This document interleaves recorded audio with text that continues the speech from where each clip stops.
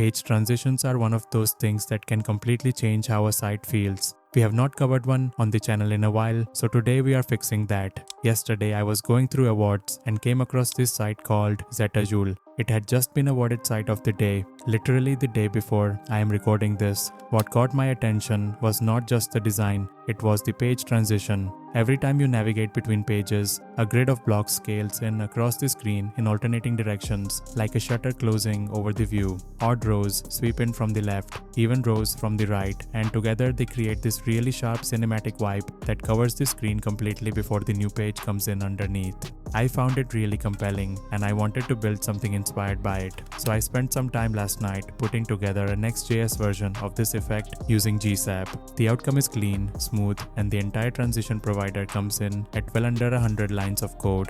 In this video I will walk you through the full build from scratch, setting up the pages, the navigation, the styling, and then the actual animation logic step by step. If you would like to grab the source code for this project along with hundreds of other micro projects and a brand new website template every month, you can check out the Pro membership through the link in the description. And if you find this kind of content useful, a like on the video and a subscribe really do help the channel grow. Alright, let's get into the code. So before we jump into the actual build, I already have a fresh Next.js project set up and running locally. I've also cleared out all the default boilerplate that comes with the starter, so we are working with a completely clean slate. For this project, we are going to build a small 3-page site with a grid shutter transition running between each page. The whole thing is going to be minimal. Each page is just a full screen hero with a background image and a large centered title. The focus here is entirely on the transition effect itself. So let's get into it. The first thing we need to do is set up our pages. We already have the home page in place, so we just need 2 more. Inside the app directory, I'll create 2 new folders. The first one I'll name Cascade and the second one Orbit. Inside each of these folders, I'll create a page file. These will act as the individual screens for our demo, exactly like the home page does. Now let's go ahead and drop in the markup. Starting with the home page, each page is going to follow the exact same pattern, a single section element acting as the hero with a class that ties it to its specific background image, and an h1 with the page title centered on the screen. So for the home page, I'll add the section with the class of hero and Genesis and drop the heading inside it. Then I'll do the same for the Cascade page. Same structure, just a different class and a different title. And finally the Orbit page. Again, same pattern, just swapping in the right class and heading. Next, we need a way to actually move between these pages. So let's build the navigation. I'll create a new folder called Components, and inside it, a new file called navbar. The nav itself is going to stay very simple. I'll import the link component from Next.js at the top since we want client-side navigation between our routes. Then I'll return a nav element with 2 sections inside it. On the left, the brand name. On the right, the 3-page links, one pointing to the home page, one to Cascade, and one to Orbit. Now in order to actually get this showing up on every page, we need to go back to the layout file. I'll open it up, import the navbar component at the top, and then render it inside the body, right above the children. Since this is the root layout, anything we place here shows up across the entire site automatically. And as you can see on the side, our navigation is now live. We can click through each link and all 3 pages load exactly as expected. The navigation is working perfectly. Now that the pages and navigation are in place, let's add the assets we are going to use. Inside the public directory, I'll drop in the 3 images. These will serve as the full screen backgrounds for each of our pages. With the images in place, let's move on to styling. I'll open up the global CSS file and start building out the look and feel of the entire project. First, I'll define a few CSS variables inside the root selector, a background color, a foreground color, and a separate variable for the transition grid color. Next, I'll add a quick reset, removing default margins and paddings and switching everything over to border box sizing. Then I'll set the background and text color on the body using the variables we just defined. Now let's style the navbar. I'll position it fixed at the top of the screen so it stays visible across all pages. I'll use Flexbox to push the logo to the left and the nav links to the right. Each link gets some padding, the instrument sense font, and the foreground color so it stays readable against the dark backgrounds. For smaller screens, I'll add a media query that stacks the nav links vertically on the right side so the layout holds up nicely on mobile as well. Next, the hero sections. Each one takes up the full viewport height using 100 SVH. I'll center the content both horizontally and vertically using Flexbox and hide any overflow so nothing spills outside the viewport during the transition. Then I'll assign each page its own background image using the class we set up earlier. Genesis gets the first image, Cascade gets the second, and Orbit gets the third. Each one is set to cover the full section and stay centered. For the heading, I'll use the instrument serif font. The font size scales fluidly using clamp, so it looks good on every screen size. And the line height is kept tight at 1, so the large text sits cleanly in the center of the screen. Now the last two things we need to add are the styles for the transition overlay. First, the transition grid itself. This is the container that will sit fixed on top of everything else. It covers the entire viewport, ignores pointer events so it never blocks any clicks, and hides overflow so none of the animated blocks spill outside the screen during the transition. And finally, the transition block. Each individual block inside that grid is absolutely positioned with the background set to our transition grid color variable. We are also adding will change transform here to give the browser a hint that these elements are going to be animated, which helps keep things smooth. And that is all the styling done. The project is looking good on the site and everything is ready for us to start building the actual transition logic. Now that the styling is done, we need to bring in the two packages that are going to power the transition. So I'll open up the terminal and install them both at once. The first one is Next Transition Handler. This package makes it incredibly easy to add animated page transitions in the Next GSAP. It handles page changes for us, gives us a simple leave and enter callback, and lets us plug in any animation library we want. The second one is GSAP. We'll use GSAP to animate the transition blocks, controlling the scale, the stagger, and the overall timing of the effect. Once both packages finish installing, I'll close the terminal. Now let's set up the transition provider. I'll create a new folder called Providers, and inside it a new file called Transition Provider.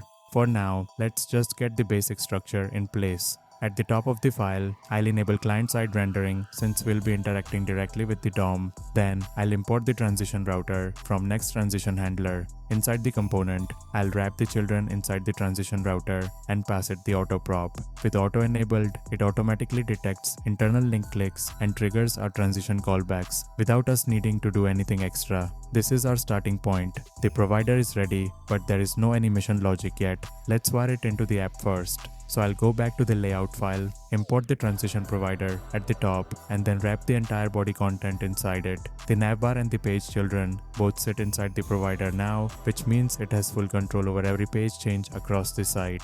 With that in place, let's go back to the provider file and start building the actual animation logic. The first thing I'll do is bring in the remaining imports we are going to need. I'll add useRef and useEffect from React at the top, and right below that, I'll import GSAP.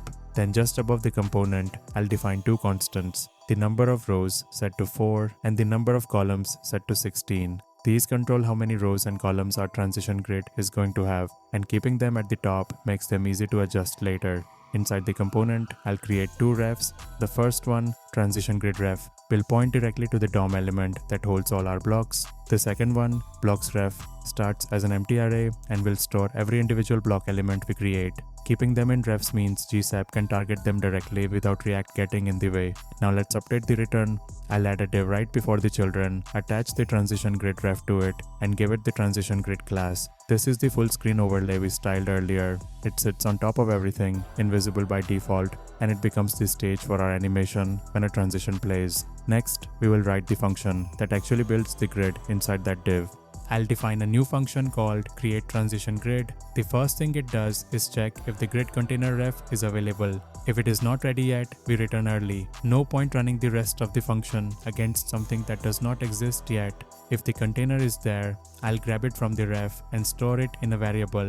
Then I'll clear out anything already inside it and reset the blocks array back to empty. This makes sure we are always starting fresh whenever the function runs, whether that is on first load or after a window resize. Next, I'll calculate the width and height of each individual block. We take the full window width and divide it by the number of columns and do the same with the window height and the number of rows. This way the blocks always scale to fit the screen perfectly regardless of the device. With the measurements ready, we can now generate the blocks. I'll loop through every row and every column. For each position in that grid, I'll create a new div element, give it the transition block class, and then set its size and position using inline styles. The width and height each get one extra pixel on top of the calculated size. This tiny overlap closes any subpixel gaps that can appear between blocks on certain screen sizes, which would otherwise show up as thin lines during the animation. The left position is the column index multiplied by the block width, and the top position is the row index multiplied by the block height. This places every block in its exact position inside the grid.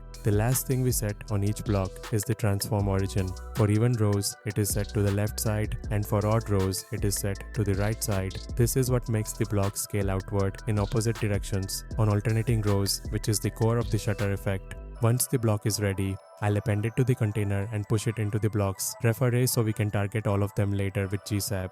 After the loop finishes, I'll use GSAP to set the scale x of every block to 0. This makes the entire grid invisible by default, so none of the blocks are visible when the page first loads. Now I'll add a use effect to wire everything up. Inside it, I'll call create transition grid once when the component mounts to build the initial grid. Then I'll attach a resize listener on the window so the grid gets rebuilt automatically whenever the browser size changes, and I'll return a cleanup function to remove that listener when the component unmounts. Next, I'll add a small helper function called getRowBlocks. It takes a row number and returns just the blocks that belong to that row by slicing the right portion out of the blocks array. We will use this in a moment when we build the animations. Now for the fun part, let's write the leave animation. I'll define a function called animateIn that accepts an onComplete callback.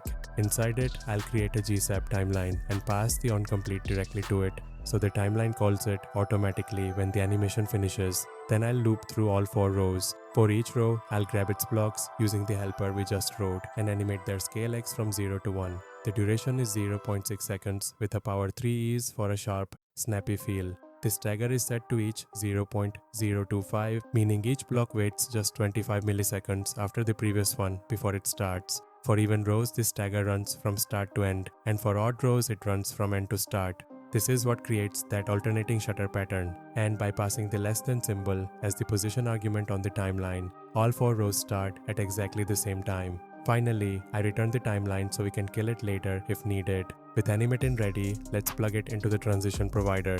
I'll add the leave callback, and inside it call animateIn, passing the next function directly. The provider will wait until the timeline completes and calls next before it switches the page. I'll also return a cleanup function that kills the timeline if the animation needs to stop early. Now let's write the enter animation. I'll define animateOut, which works exactly the same way as animateIn but in reverse. This time we animate scale x back down to 0, which collapses the blocks and reveals the new page underneath. Same duration, same ease, same stagger pattern. And finally, I'll add the enter callback right alongside the leave one.